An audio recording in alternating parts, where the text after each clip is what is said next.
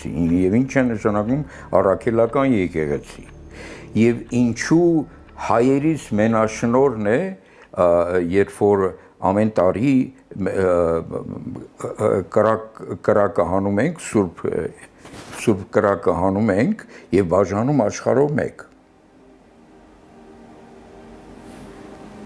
Այդ ամբողջ այդ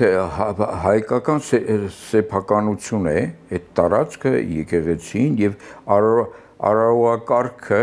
միայն մենք իրավունք ունենք դա անելու։ Այնտեղ կրակ ավարվում, չէ, անհասկանալի պատճառով, այդ կրակը դուրս են բերում, ջահերը կպցնելու տանում աշխարհով մեկ յուրաքանչյուր տարի։ Վատիկանը ունենալով 1.5 միլիարդ հավատացյալ ըստ իրենց, այդտեղ մտնելու իրավունք չունի։ Ըստ որում հետաքրքիր է, որ մահմեդականներն են այդ տաճարի բանալիները պահում։ Հայկական եկեղեցու մասին է խոսքը, որտեղից ծննդոց տաճարի մասին է խոսքը։ Որտեղից ամեն տարի այդ ջահով մտնում են հայերը, այնտեղ ինքնաբռնկում է կատարվում, այդ կրակը դուրս են բերում եւ կպցնում են բոլոր աշխարհի բոլոր ծագերից եկած հավատացյալներին եւ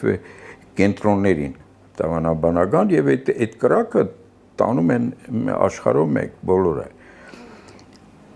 Կաթոլիկ եկեղեցուն տրված է մուտքի վրա մի անկյուն, որ գան իրենց աղոթքը անեն ու գնան։ Այսինքն հայ առաքելական դավանանքից զրկելով մեզ, եթե մենք դառնում ենք կաթոլիկ, իրենք արդեն տիրապետում եւ տնօրինում են ամբողջ այդ արարողակարգը, որը հայերից մենաշնորհն է։ Այսինքն ինքը լուրջ իշխանական վիճակ է։ Իսկ զուտ հոգևոր առումով ինչ խնդիր կա, ինչ տարբերություն կա առաքելական եւ